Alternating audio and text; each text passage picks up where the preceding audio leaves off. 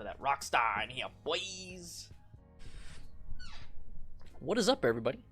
We are going to have another day of live streaming, working on my room, getting some accident stuff out of the way so we can learn what if I do this? What if I pull the brake in too hard? What if I speed around this corner that have no reason to be on? What if I act like a fool with a bunch of friends? And what could happen? It's pretty much what we're doing here. I find that I learn better. I got helmet head. I find I learn better when I watch other people do stuff, whether it's mistakes or good things. So that's what we're doing. Not rocking the dad. I am so sorry. Let me get that dad hat, guys. Thank you so much. I don't wear hats inside the house. You know what I mean? But I'm going to wear one for you guys.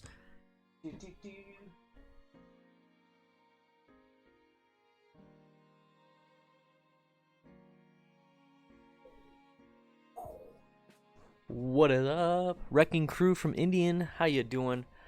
What if you meet another local? Have fun. You have something to talk about then. Just wanted to say thank you to Get Lord Cycles. Sorry, dude. I just Rob from Get Lord Cycles. I've been meaning to do the review on this thing. I went riding today. I've got about 300-400 miles on this thing. And I love it. I absolutely love it. I'm gonna talk more into it, but this is a beginner helmet. Everybody, this is a beginner helmet, the Bell SRT from Get Lord Cycles. I'll be getting that review up. I'm gonna make a promise this weekend. I'm gonna have it up this weekend. How is everybody doing? How's everybody doing? We're gonna be switching over to this screen, and we're gonna be talking about what happened during this. As you guys can tell, this is gonna be a fun little thing. Got some really good news. I have people pretty much helping me out quite a bit. This is great. I feel like almost a business owner at some point, but I wouldn't have been able to do this without your guys' help and all the people around me. So I want to say thank you first and foremost to my wife. She's taking care of things. We're moving her to part-time so that she can work part-time here on the channel. So things are really looking good. We're going to start riding together once I get my new Cardo back in. My old Cardo Pack Talk Slim came here because of Yami. Oh, heck yeah, man. Good stuff, man. Good stuff. And my old Cardo died on me, but customer service was amazing. They're sending me a new one. So anyways, we got some cool stuff happening, and then I got some people possibly helping me out. There was another shout out today. Nice, man. I absolutely like Yami, man. He's a good guy. Which video? Which video did he give a shout out on? Anyways, we're gonna do some cool things. I got the web development going. I won't demonetize him. Nah, man. The one thing I absolutely love about Yami Noob is that he understands the whole YouTube culture, the YouTube everything. It's not a competition, guys. That's the beauty of YouTube. It's not a competition, and I like what he says. I mean, it's quite obvious. I mean, a lot of people say is, rising tide raises all ships. So he understands. So guys, if you're not subscribed to him, please do so. 7 ways to recognize a bad rider. Hopefully, I'm not one of the bad riders. So anyways, we're going to switch on to this. Sorry, I got distracted by the EM Noob thing, but long story short, the e-course and everything is on its way. Super excited about that. Is it towards the end? I want to say thank you to Yami Noob, man. That's pretty cool. Is it towards the end of that video? I haven't seen it yet. It just came out 43 minutes ago. Damn. Hey. 2.5K. Nice. He usually shouts out towards the end. I'll watch it later. Let me know. Maybe we could watch it on our stream. He might. Hopefully, I mean, he'll probably get content ID on that thing, but I don't think he'll take my stuff down. He's a good guy. Anyways, here we go. You guys ready? So we're gonna watch. Oh, I didn't do that. We're gonna watch accidents. So this is how we do it, guys. We watch accidents. We figure out, kind of what happened. I'd love your guys' comments in the description, or not in the description. I'd love your guys' comments in the comment section. Help out, if somebody has a question, or just point out what you see. And we're going to kind of go over some of the major massive details. There's obviously going to be a lot of factors when it comes to these crashes and close calls. But try your best to pick out as many as you possibly can, okay? One on dirt just did was struggling with. Oh, dude, stickler, man, that sucks. But I mean, some days it's you don't have confidence. Some days you don't. Sometimes you do. I mean, when I was in powerlifting, I worked out almost every single day, and there's maybe 1 or 2 days every 2 weeks that it just wasn't feeling good, and I just ended it. And right there's no reason to push through something because your brain is not in it, and if your brain's not in it, your muscles and your body is not going to do what it's supposed to do. And in the world of motorcycling, and pretty much anything that involved heavy weights and lifting them off the ground, you could hurt yourself. So good job, man. It just hey, Tommy, dude, nice, man. Nice to see you in here, man. I always love seeing you in here. But we're going to watch this real quick, and then we're going to go over the accident itself. What the Oh, this is just the intro. This just came out. All right. This looks like interesting funds.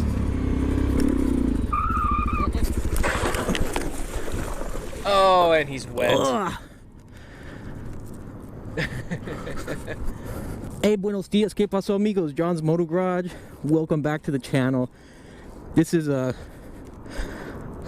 this is so slick. Oh yeah, that stuff is there we slick. go. Today we're talking. All right, is he just gonna talk the whole time? Okay, so what happened here?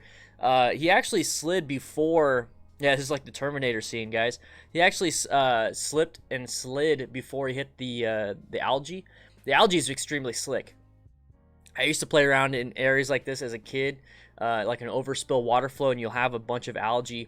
And I used to run, and then it's like a slip and slide. It's that slippery. Trust me, it's very slippery. So the fact that when he slid, and like he fell down and kept sliding, that's because of the algae, not because he was getting road rash or anything. So he's on a supermoto. This is one of those things where, you know, this is probably what I would be doing if I had my own. You know what I mean? I'm not like, this is like legit like what I would probably be doing. I'd wear full gear. It wouldn't be something to where it's super heavy duty, because when you go off road, you definitely don't want heavy duty stuff, because you get exhausted pretty quick. But we're gonna get to this part right here. So now he hit that bump. It was that big bump. It really shocked his shocks. It messed up his suspension.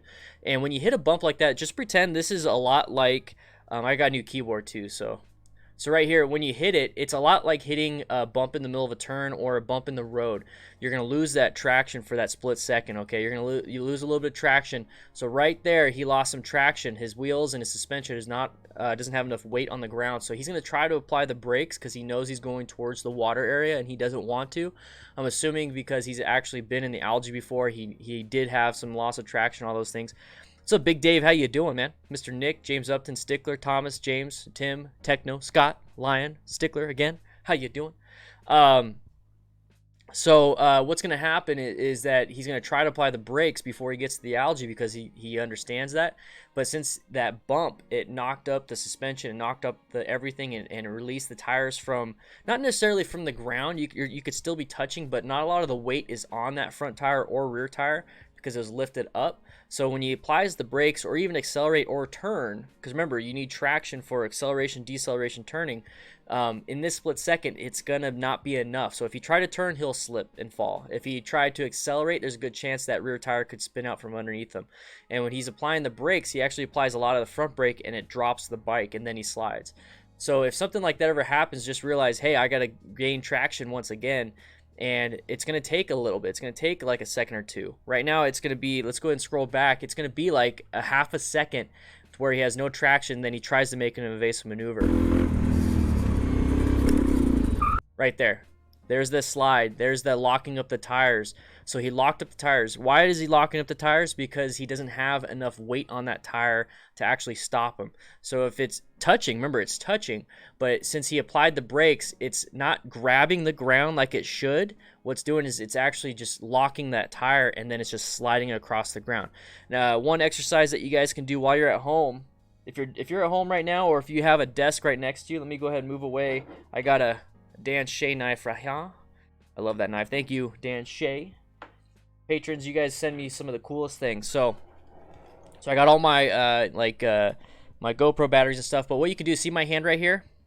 See my hand? So right now I can slip and slide if I barely put any weight on it. Like, I'm not even doing anything. I'm just putting my hand on it.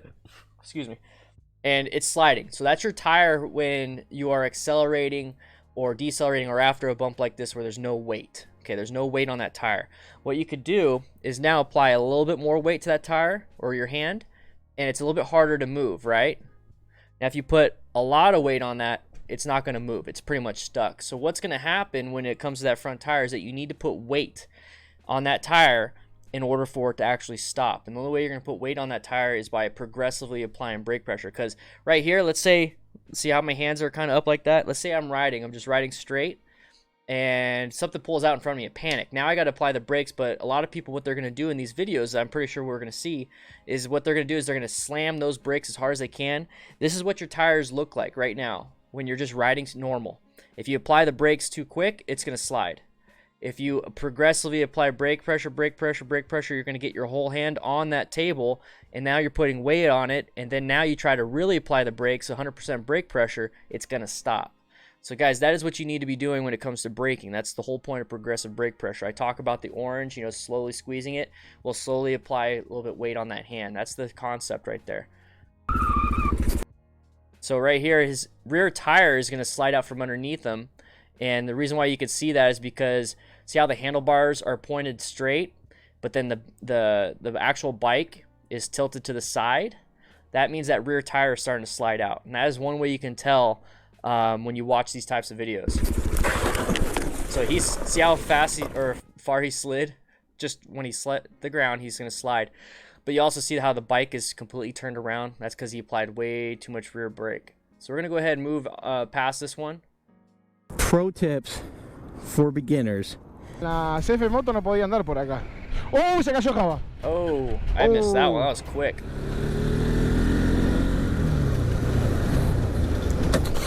Oh, high side. Something got locked up. You hear it click? There was something that clicked in his bike. Otra vez sale. ¿Estás bien? Sí. For beginners. La CF moto no podía andar por acá. Oh, se cayó Java. Oh. So listen to when he's riding. It's gonna click. Something's gonna click.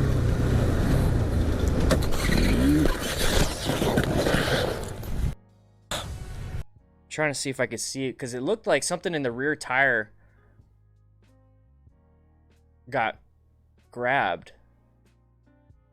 Something in that rear tire. That's interesting because it looked like he was doing fine. I didn't see any. His front brake grab. Let me take a look.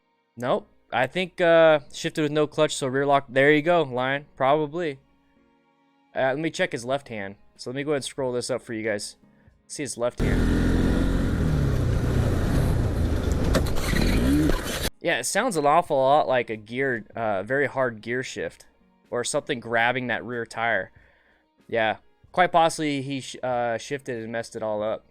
Good job, man. It's interesting. Otra vez sale. ¿Estás bien? Sí. The reason why I say it's interesting, it's not something that I typically see because I don't do that. I mean, I've never had that problem. And then on top of that, having you shift, like a lot of people don't like to shift mid-turn, and a lot of times we don't see accidents like that on video. That's probably the first one I've seen out of hundreds of videos. So that's really interesting. And though I've seen more chain breaks on the middle of a turn that happen like that, that grabs that rear tire, than I've seen somebody shifting and messing that up. That's really cool, man. That's awesome. Thanks for pointing that out. That's a good tip. All right, so he's going 36 and a 40. Let's see what happens.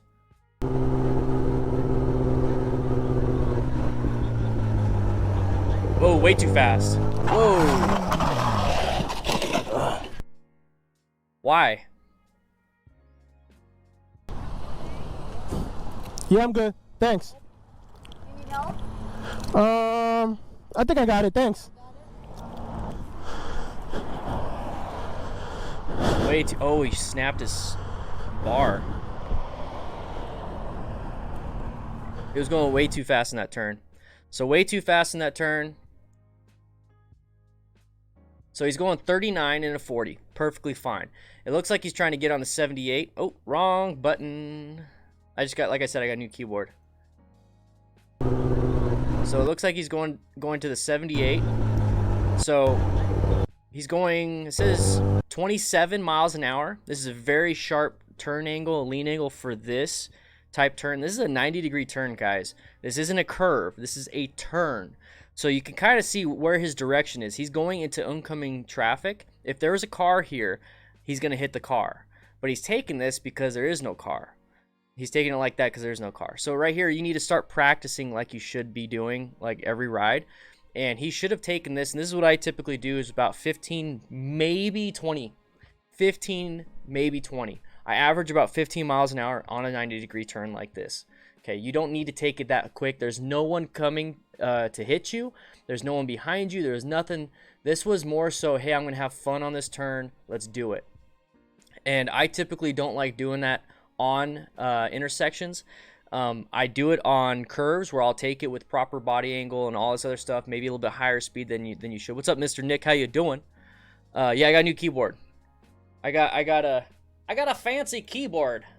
I've had my other keyboard, the one I've been using that since 2009. It's a 10-year-old keyboard. What's up, Mateus? How you doing, man? Is there a lag? You guys seeing a lag between audio and video? Hope not. Anyways, he's taking this turn way too sharp, and the reason why I don't do that on these types of turns is that you're typically gonna have debris. Okay, you're typically gonna have debris, and he's also taking it super sharp over a painted line. Why do you think he fell? Guys, this is gonna be for you. Why do you think he fell? Where does it start to fall?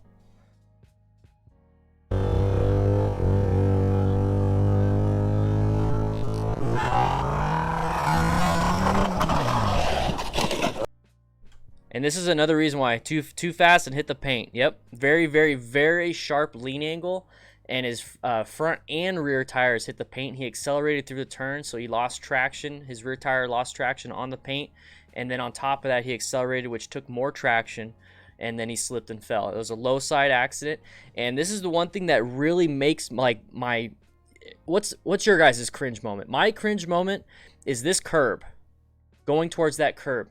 I have seen many people, I can probably count on two hands how many fatalities I've been on where a person goes towards that curb, same exact accident, middle of a turn, slid, low slide, but then they kept going and hit that curb on their head.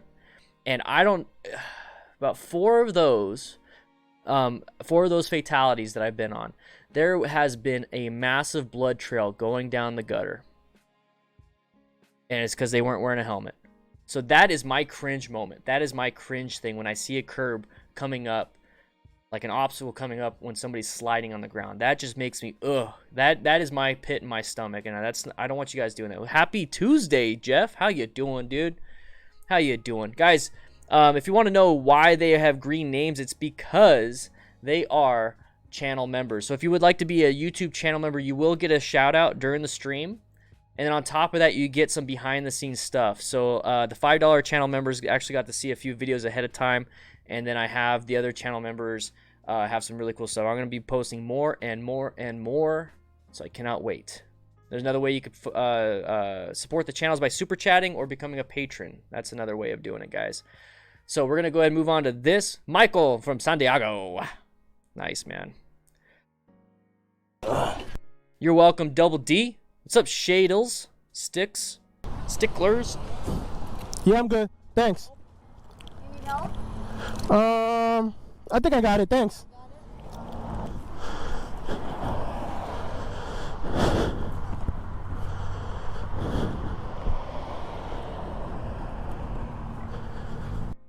Nah, they're YouTube members. I didn't mute this one, guys. I didn't mute this one. YouTube members, you could be a YouTube member for $2 or $5. Okay, I didn't edit this. All right, so he paused it himself. We're gonna skip that one. We're gonna skip the next one. There we go. Nighttime riding. Nighttime riding. Oh no. Ay, ay, ay, ay, ay, ay, ay, ay.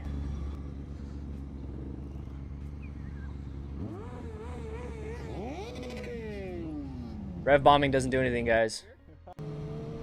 Let's watch this. Oh, he's doing a wheelie. Okay, so it's a wheelie crash. Yeah, he looped it. Oh no. Oh man, he got launched. Get out of the road. Did he drop all his cash on the ground? dropped all his cash on the ground. So that was a wheelie crash. One second, it's getting a little hot in here. There we go.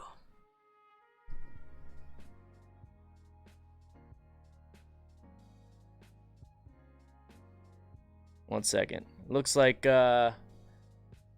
interesting. We're back. All right. So that was a wheelie crash. Not much to talk about with the wheelie stuff other than the fact that it's a very high risk, high skill type thing.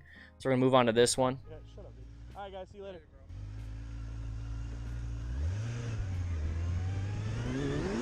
Nope. We're gonna rewatch that one. You guys are gonna. This one's an easy one to diagnose because this was ego, and then we're gonna talk about the mechanics of it. Yeah, shut up, dude. All right, guys, see you later, bro. So he's like, hey, see, oh, Hef 520, dude. This guy's local. This guy's a local bro. This guy's a local bro. I've met this guy. So I know this guy. I met him. So this is Tucson. This is Tucson. A little bit of ego, man. A little bit of ego. Yeah, shut up, dude. All right, guys, see you later, bro.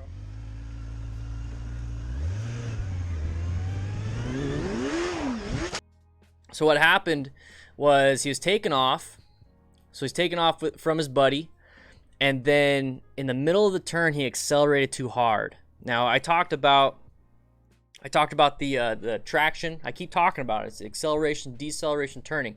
You have three things. Your tire needs traction to stay on the ground. So when you accelerate, you're using traction. When you decelerate, which is applying the brakes, you're using traction. When you're turning, you are using traction. Typically, it's within the front tire when you're turning, and then obviously in the rear tires touching the ground to maintain traction. So really, the thing that you need to be focusing on when you're in the middle of a turn is that if you give it too much traction, too much acceleration, you're going to remove a lot of traction from the tire. The traction is needed for you to turn. So if you accelerate way too hard, it's going to use up all the traction that's left in the tire, so that in the middle of the turn, because you're using traction to turn, it's going to release and you're going to lose that rear tire. You're using all the traction for acceleration, just not turning. So when it comes to deceleration, the same thing. Turning, the same thing. All that stuff. So what happened here was that he was using a lot of traction for the turn, because we're just taking off. We're just on the turn. We're barely loading the tire. And then he accelerates hard in the middle of that turn.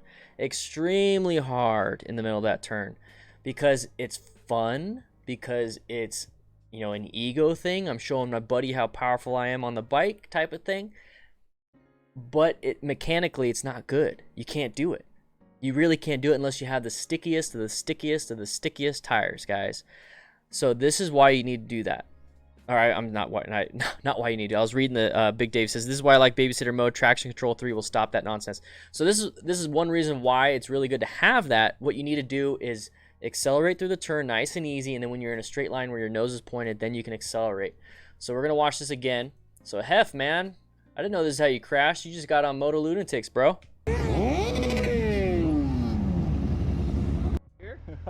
shut up, dude. All right, guys, see you later, bro. Hey, CHT. So middle of the turn. That was acceleration in the middle of that turn. Not good.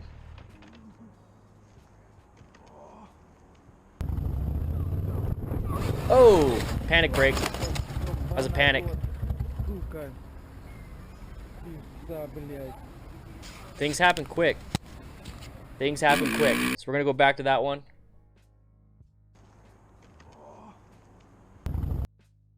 And I could actually ask Hef, like how he is after that, because that sucks.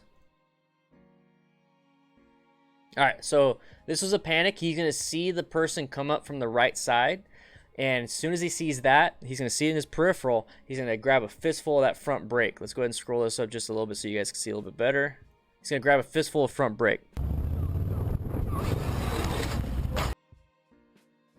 Let's go back. There's his hand right there. So you're gonna see him there's him reaching for that front brake. In the middle of a turn, there's him reaching for that front brake. There's the squeeze. There's the dump.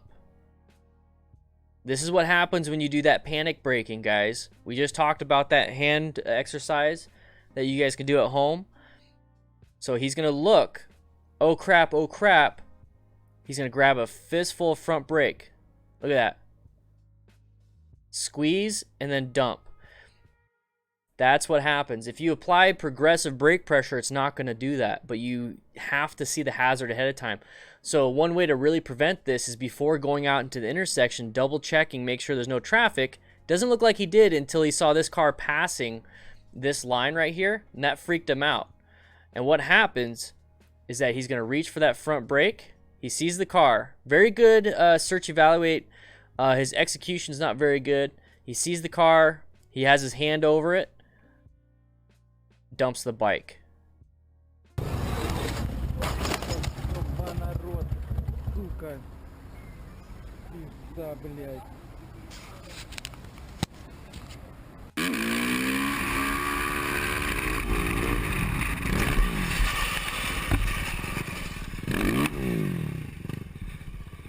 Sorry, I got distracted. We're going to rewatch that.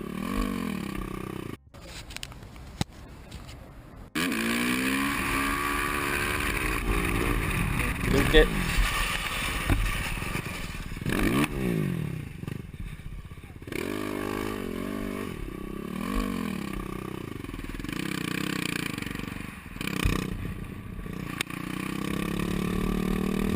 So he just looped it. Pretty crappy thing. Let's watch this one. That's why you don't lane filter on the right.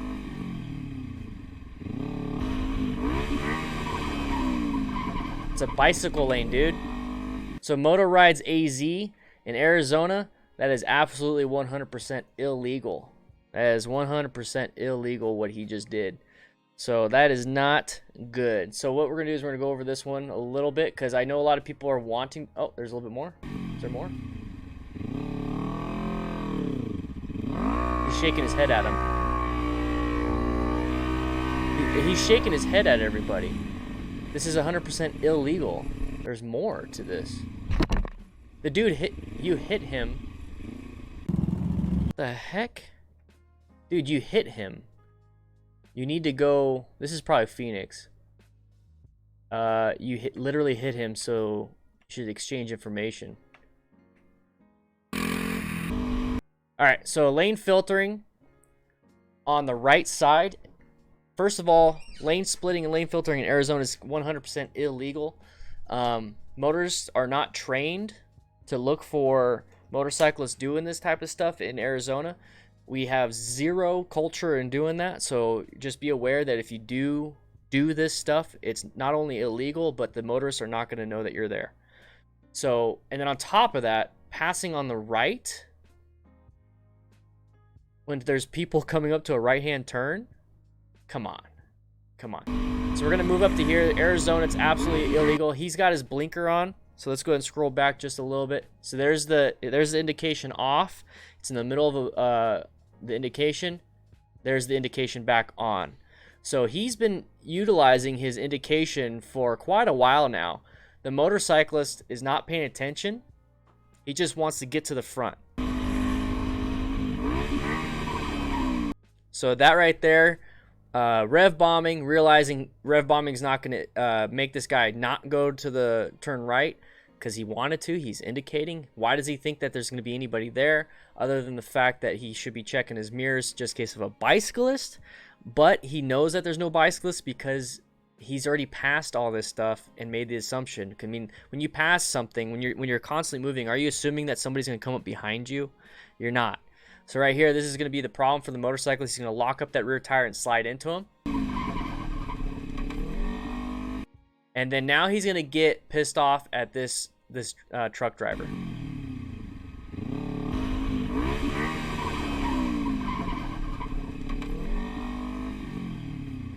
He's pissed off at him. Then he goes back to doing what he did.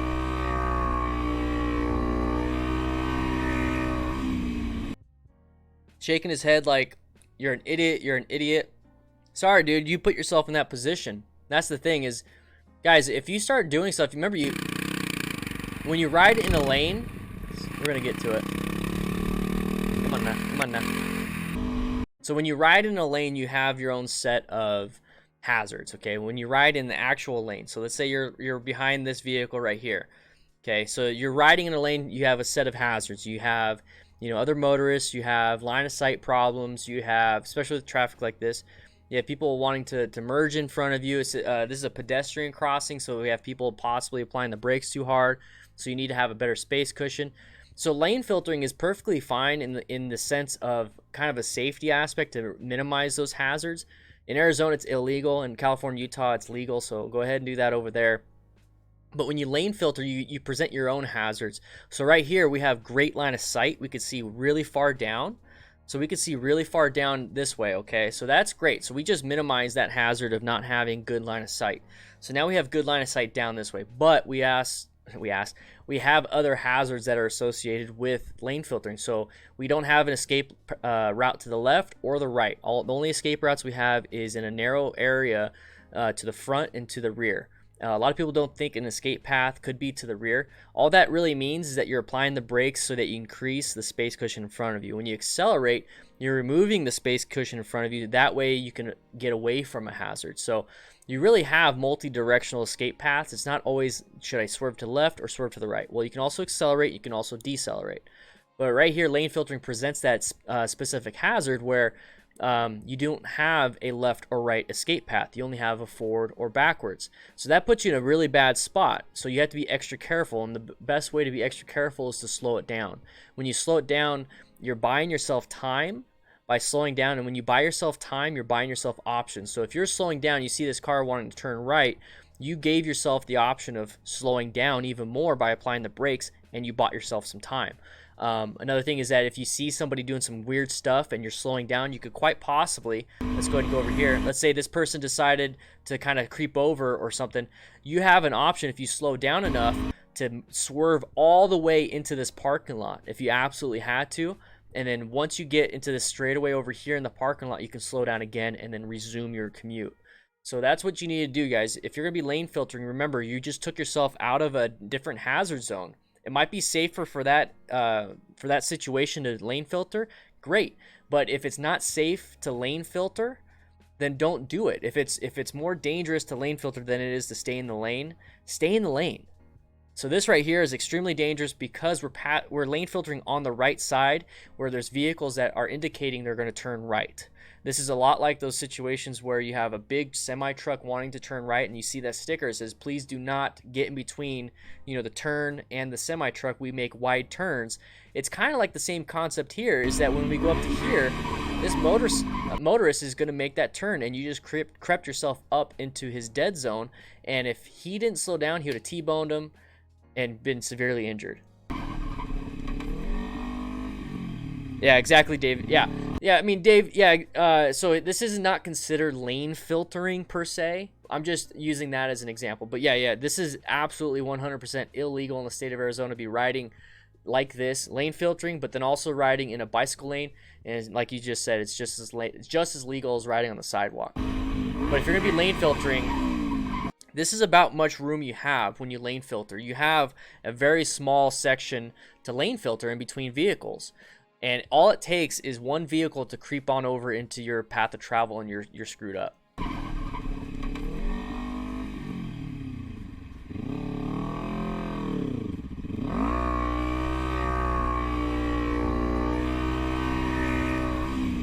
And then he gets upset by it. Never learned his lesson, and that's one of those things that I want you guys to take away from these things, is that yes, we're gonna have some issues when it comes to motorcycle riding. And it's better to watch these accidents and these close calls so that we don't make the same mistake. If you're currently doing this, this is the hazard associated with it.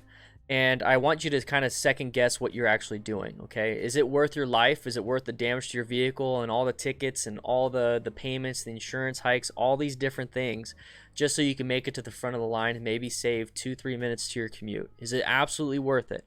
If it is to you, go ahead and do it. If it's worth it to you, go ahead. To me, it's not worth all that time and effort and the money and all that stuff just so I could do this. You know what I mean? Yeah, he didn't even straighten his mirror out.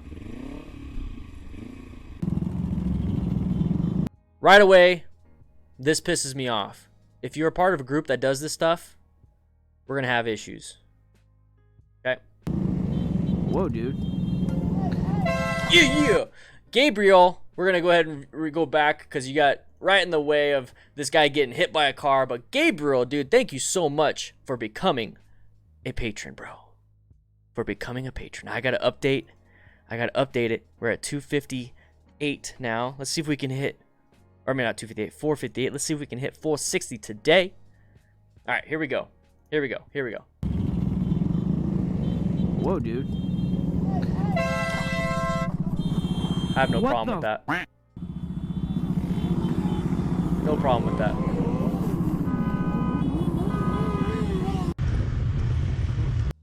No problem. I know when it comes to the motorcycling community, people don't. Here's the thing, guys. I get shit on all the time from my YouTube videos because I talk about rider responsibility, and then it almost, for some people, it feels like I'm giving drivers, like cagers, I guess, a free pass. But here's the thing. Let's go ahead and go back. Let's go to me real quick. It is like my mouth not synced up to the audio. If that's the case, I could fix that. It should be fixed. It should be the way it works. But here's the thing is, like I said, I tend to get kind of crapped on when it comes to posting the videos, because I talk about the riders and how it's usually their fault. It's almost 99.99999% their fault. And then I talk about how drivers, well, it was a simple mistake for the driver. It's at most a second delay. It shouldn't be a second delay. Ugh. Yeah, it seems like it. Let me go ahead and do... Let me do this. Let me see. Yeah, Streamlabs, they just got bought out. So they're making changes. So I'm going to see if there's any sync offset right here. How's that? I can't even tell. I can't even tell right now. It's going to be a millisecond. We're going to switch to this. And the reason why I say that is because the reason why I say this is because we got all the training. We have all the training. Motorists don't have a lot of training. That's going to be the biggest problem. I'll just put the mic right in front of my face so you guys can't really tell the difference. So that's going to be the biggest problem. Was the clap first or second? What's up, MME? So the reason why I say that is because we have the training. We can't be doing this kind of stuff. We really can't be doing this kind of stuff. Regular motorists don't know what it takes for us to do what we need to do. It's still off. For us, what we need to do. All right, we'll see that. So when we do stuff like this, we present a hazard, and then they're the ones that are voting for us. They're the ones voting for us to have stricter laws and have bigger problems because of shit like this. What the f?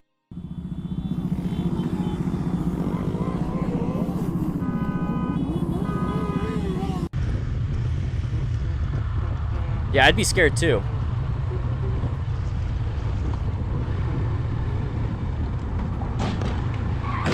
Oh! That is a random incident right there. So we're going to go back to this one. Completely random incident. Wow.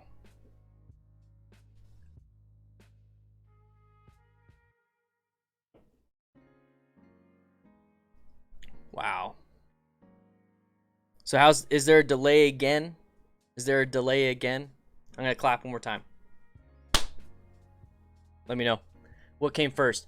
All right, so what happened here is exactly this. So we have a driver behind the motorcyclist.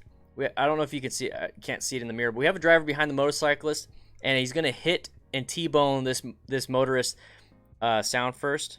So there needs to be a delay. There we go. like a full second.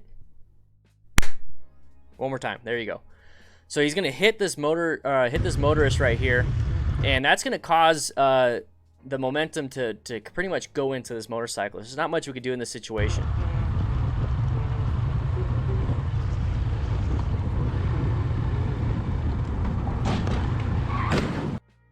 So we had a problem. Oh, sorry, I misspoke. We have this car driver crashing into somebody else. You can hear him crashing into somebody else. Possibly got sideswiped, T-bone, whatever it is, or hit the curb, wasn't paying attention, hit the curb and tried to swerve out of the way, and then hit this truck right here.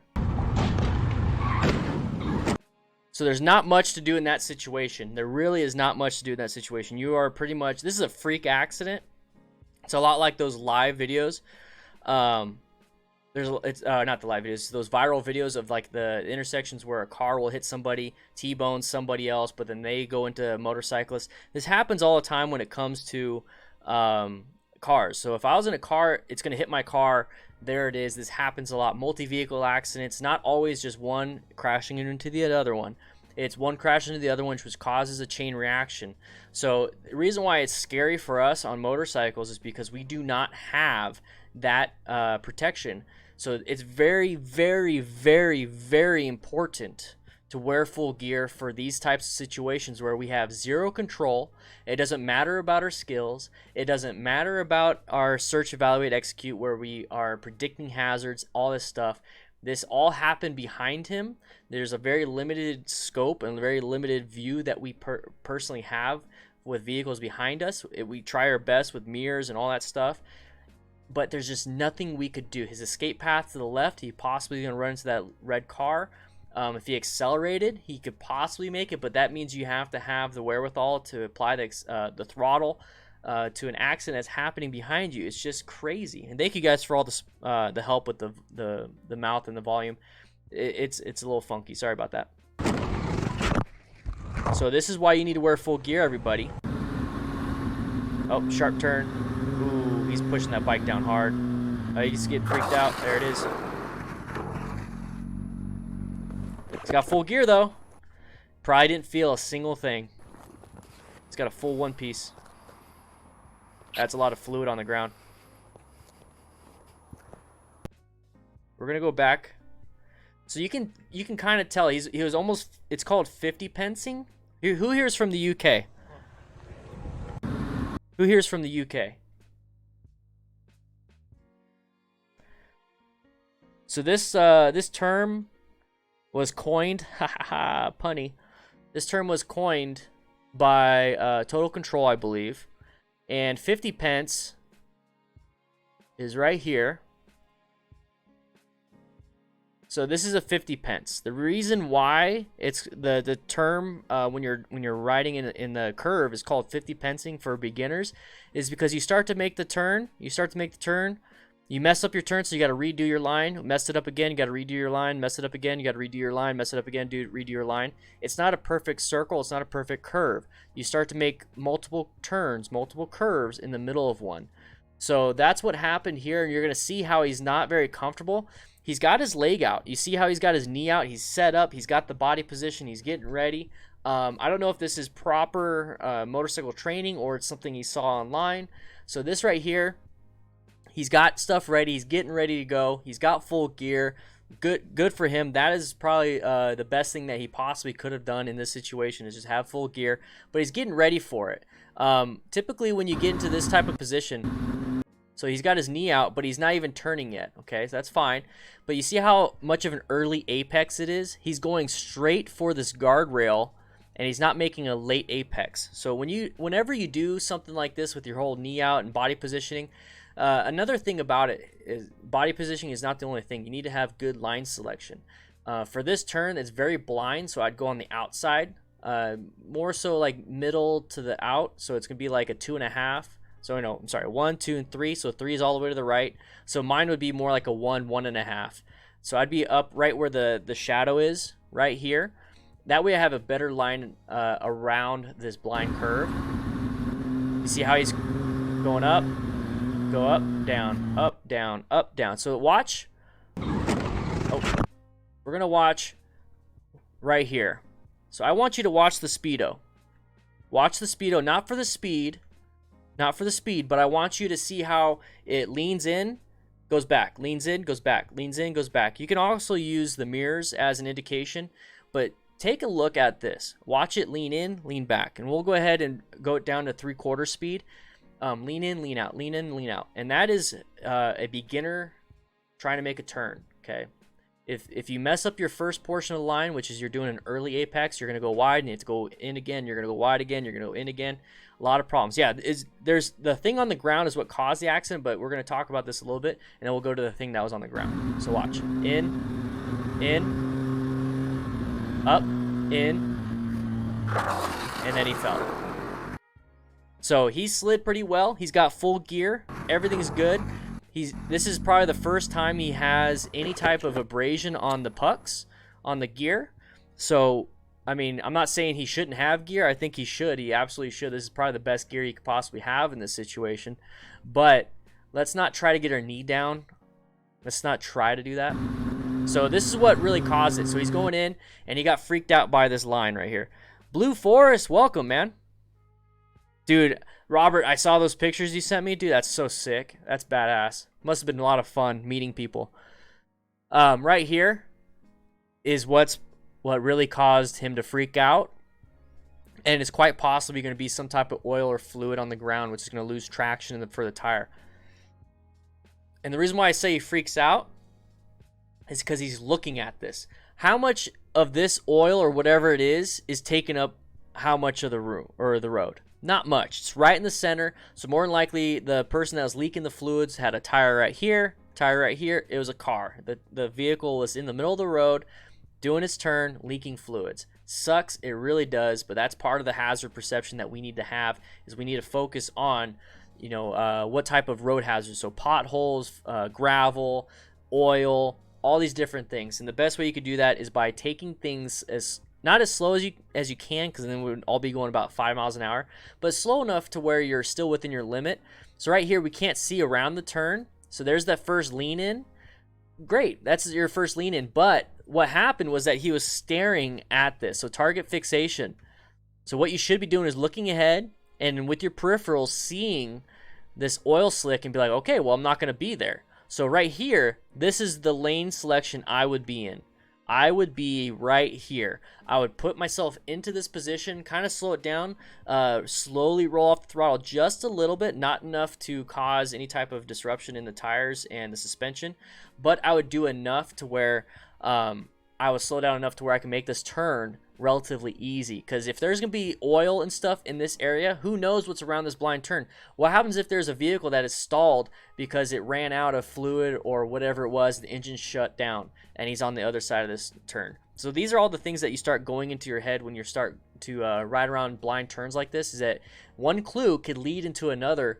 But I'm going to take my best step, and I'm going to move over here, because I know that if there's going to be a lot of oil and fluid on the ground, where is that car that's going to stall going to go? Is it going to go on the inside, or is it going to go to the outside and try to park on the shoulder? Probably park on the shoulder, so I don't want to lean into him by being in this lane position. So I'm going to take this turn nice and slow in lane position 3 right here.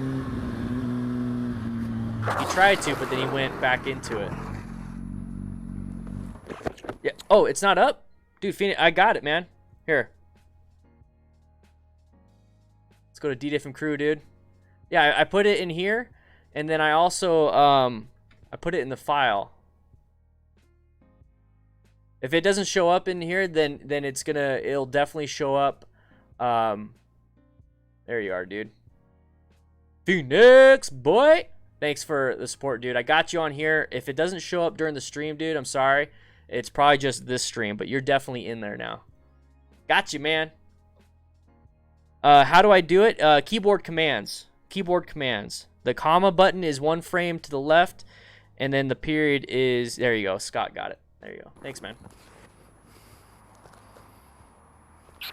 Remember, guys, if you're just now joining the stream and you want something that is just full in-depth, no, pausing, no, talking to the chat and all that stuff, make sure you hit that subscribe button, because I post videos every single day of just like that simple... only one accident, and then we move on to the next day, okay? So I didn't mute this one. They muted this one. See you later, Matt. Terrible road conditions. Oh. Shoe fell off. Wait, no, that wasn't a shoe. Never mind. What did he hit then? Did he have a passenger? There's somebody else there. Yeah, I didn't mute this.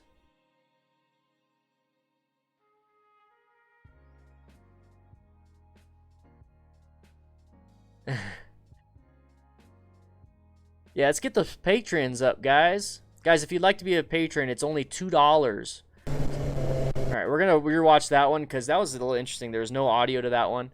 Guys, become a patron. It's only $2. It really helps out the channel and allows me to keep making these videos. If you like these videos, please, please, please become a patron. Can you drop a gear and roll on the throttle? What, in this one? No, this one, he, let's see. I can't see if he has a passenger. Yeah, he's got a passenger. So you can see right here, right in the mirror, that little white, that little bit of white. So that's his passenger. So he's taking this turn on a really crappy road. Sun's in our eyes. Possibly a beginner rider. What's up, Shocktopus? Haven't seen you in a while, man. LT or LTech 12, how you doing? So when you have a passenger, here's the thing when it comes to passengers is that everything must be smoother. Very smooth. So if you're not smooth riding by yourself, you have very jerky movements with your primary controls. If you're new to the channel, primary controls is your throttle, clutch, front brake, rear brake, okay? So if you're not smooth with the primary controls and you're just doing really choppy movements and you notice your head's doing this. So guys, if you're riding and you're shifting and you shift and you're doing this all the time, or you kind of like it, you kind of like to get into it, you know, you're starting to do this. If you ever had a passenger on and then you bump their head, like you're bumping their helmet and stuff, that means you're not being smooth. You need to be riding to the point where there's no movement or very little to where the passenger barely even feels it. That means you're smooth in your inputs, because if you're in the middle of a turn and then all of a sudden you have to apply the brakes or apply the clutch or shift and all that stuff in the middle of a turn with a passenger, you have the extra weight, you have the extra momentum, more inertia, and if you're not smooth on the throttle, you're not smooth on the brakes, you're going to cause some problems. So you need to be a little bit slower and smoother in the turns, slower, smoother in the acceleration, slower and smoother in the deceleration, slower and smoother when it comes to decision making. You know, oh, I'm going to turn right, and you don't just make it right away. You're like, I'm going to turn right in about a block or two. I'm going to start preparing for it. Colt, congrats, dude. Everyone say congrats to Colt. He aced his MSF course on Saturday and Sunday. He is stoked. If you are a YouTube member, you get special emojis, and I'm going to do some emojis for you, bro. Heck yeah, dude. That's awesome, man. That's awesome. David, if your girlfriend is falling asleep as a passenger, that's a good and bad thing. It's so good that you're so smooth, but it's a bad thing that she fell asleep. So I'm having trouble with turning right from a stop. I've dropped my bike twice now practicing it. Usually only a problem when I put my foot down. Any tips? So turning from a stop. Congrats, Colt, again. So Brave Gonzo, man, thanks for the good question. You're going to help out some people. Some others probably have this question and nobody's asking, is that the tight turn from the stop, the biggest thing with that is that you have to have your handlebars turn. So from a stop, hey, Anka Lucian, it's going to pop up on screen, dude. Thank you so much for becoming a YouTube member. You have a green name, and now you got a sweet mustache next to your name. Thank you so much. So Brave Gonzo. Okay, so when you're riding, you do a lot of counter steering, right? So you're pushing left to go left, you're pushing right to go right. When you're doing slow speed stuff, when you're doing a tight turn from a stop, you're doing direct steering. So you're gonna have to turn. There it is. Anka Lucian, become a member. Booms. Thank you. So anyways, you're gonna turn the handlebars. You know, direct steering. So when you turn your handlebars from when you're sitting still, it's gonna want to tilt over, right? So you're turning your handlebars. You're going to want to fall down. Turn the handlebars, you're going to want to fall down. So the only way you can really prevent when you do this and falling down is that when you're standing still, turn the handlebars a little bit, and when you start to feel like you want to fall down or you're putting a lot of weight on that left leg, the inside leg, grab your other leg, your other foot, and apply pressure on the outside peg. So when you do this, you're going to want to start to fall down, but then right here I'm putting pressure on the outside peg. It's going to stand me back up, but my handlebars are still turned.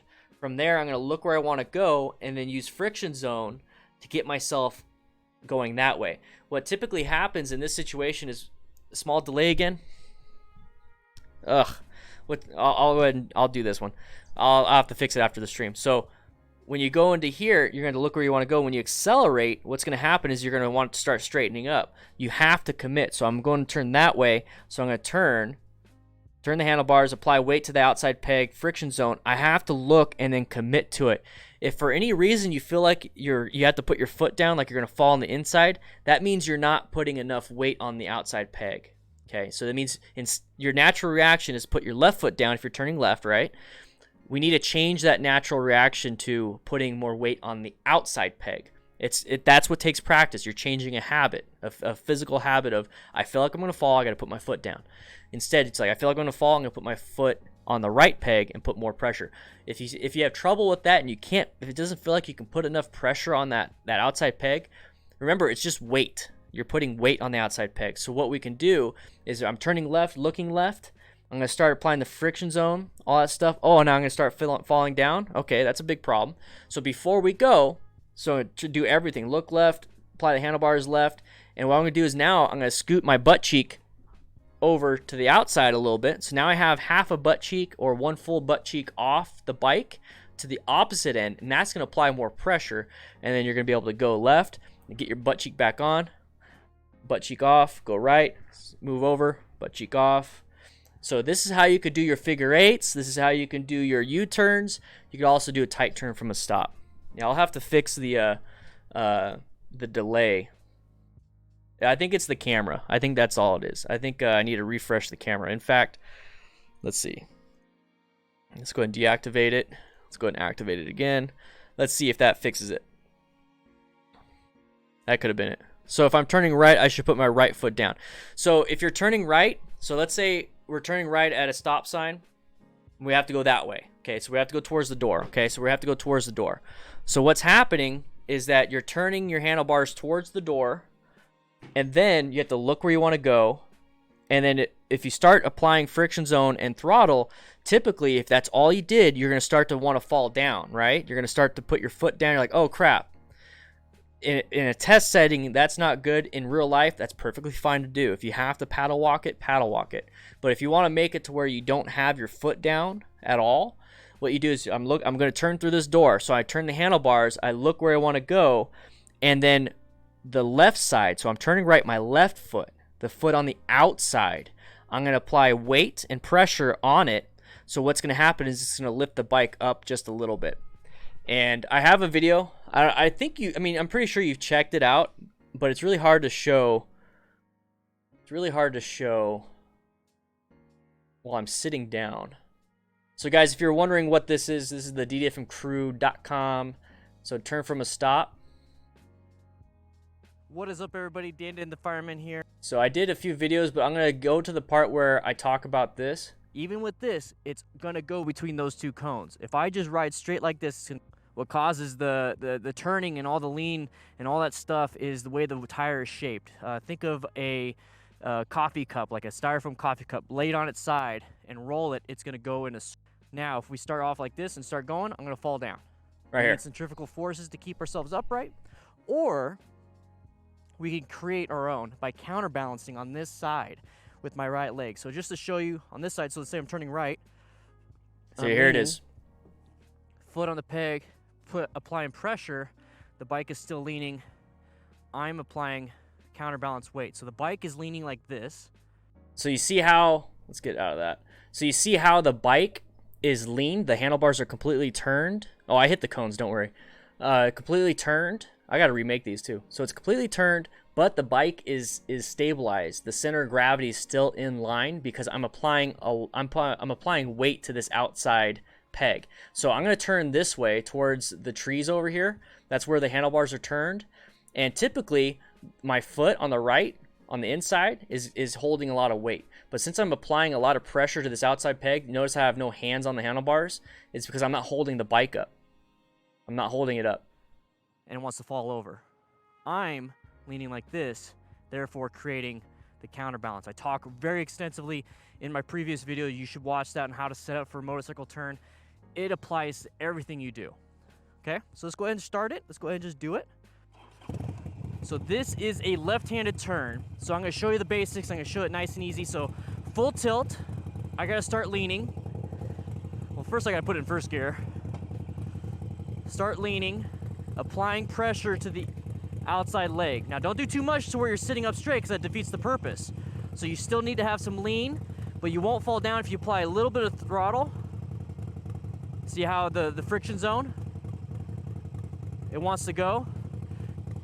If you give it a little bit of throttle with your clutch pulled in, it's gonna reduce power to the rear wheel. So if you find that friction zone, give it just a little bit of throttle while leaning, and you'll actually start turning correctly. So this is all practice. See how I was able to maintain a line right there? It's all practice. So let's keep practicing. So put the handlebars to the left, lean the bike, apply pressure to the right passenger peg, and go. And look, obviously you want to look where you want to go. Rotate the body and look. Now let's see if we can make it smoother on the third transition, the third time. So I'm going to stop on the outside. I'm going to try to get as much clearance as I possibly can. Okay, now lean, apply pressure, look. Did not put my foot down on that one at all, and I stayed near the line. Now, can it be smoother? Can I do it smoother than that? Let's try it. We're gonna do one more left-handed turn. We're gonna switch to right hand, and it's gonna be the same exact principle. So I'm gonna stop right here, full tilt, lean the bike, counterbalance with the right peg, look, a little bit of throttle, and I ran over the cone. This is all practice, but that is the... So that right there is a way to do it, and I have a diagram on how to set up your own parking lot practice for this. So you see how I went through 3 or 4 just in a row, in a row, in a row, in a row? That is what you can do by yourself just in a parking lot. And as you can tell, I have it to where you can have cones like this one, how it's set up. Excuse me. But you could do it without cones. You could just do it from the line and try to make it within the parking space. So I highly recommend you guys go to this website. All this stuff is absolutely free. So this is the link right here. And I plan on doing more and more of these videos. I also plan on having an e-course set up. So for you guys that are coming in towards the end, here's what's happening.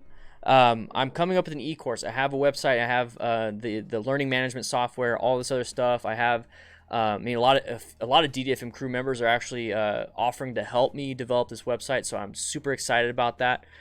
You're welcome, Brave. That's what I'm here for. Guys, if you ask a question, I'm here to help out, and if I'm not around, we have the DDFM crew to help out. We have 1,800 members, basically. 1,800 members in the Discord, so the Discord's absolutely free if you'd like to join that. Please do so. I have a link right here. I'll go ahead and copy and paste it into the chat. So it's absolutely free. If you join up, that'd be great. But what's happening is that I have some people helping me out with the website. I got a whole e-learning course coming up where you get certificate, you get tests, you get quizzes. It's going to be huge. And if you're a patron, at the time that it goes live, you're going to get it for free. Even if you're at $2, $5, $10, $20, $100, it doesn't matter. You're going to get it for free. Everyone else, it's going to be very low cost, but you're going to get a lot of knowledge from it to where you could just go to your DMV. The whole point is you go to your DMV, you can take your test. That stuff will be free. And then you're going to be caught up to speed on what to look for, the hazard perception, emergency situations, all these different things. So I really, really, really, really, really want to get this going. And with your guys' support on Patreon, or even just sharing the videos. Honestly, if you guys just share your favorite video during the week or whatever it is, share every single one, would definitely help out. But I do these live streams every Tuesday and Thursday. So if you want to be a part of something live, Tuesdays and Thursdays around 2 to 3 p.m., 3 to 4 p.m. Mountain Standard Time. It's roughly around that time. I'm here to answer you guys' questions. I'm also in the Discord. To answer you guys' questions. So I cannot wait to share and work with you guys. But yes, this has been a 1-hour live stream with you guys. Just saved in web browser. Awesome, Tim. So there's a bunch of stuff on that website, guys, ddfmcrew.com. There's going to be a lot more stuff coming up. Motorcycle training concepts is something I'm developing. So guys, if you'd like to chat for free, this is the Discord right here. It's absolutely free right here. So it's live too. Let's do this. Welcome stream. Welcome to the stream, everybody. Join the Discord. It's absolutely free. If you join, it's going to pop up on screen that you joined. Do it. Do it. Thank you, everybody, for all the support. Thank you, thank you, thank you.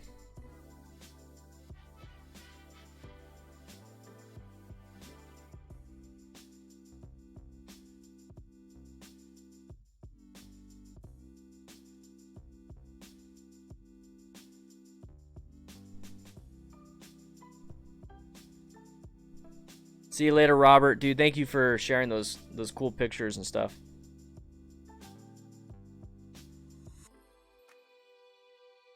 Also, I'm working on the van, guys. I'm waiting for that 2020 to come on out, man. Waiting for it.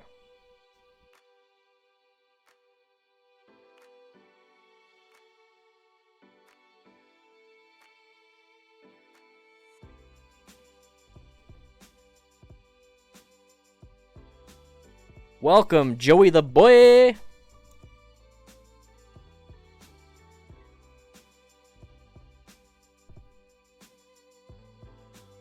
What's up, Stim? Hey, Nikki's in here. It's my wife. It's my wifey.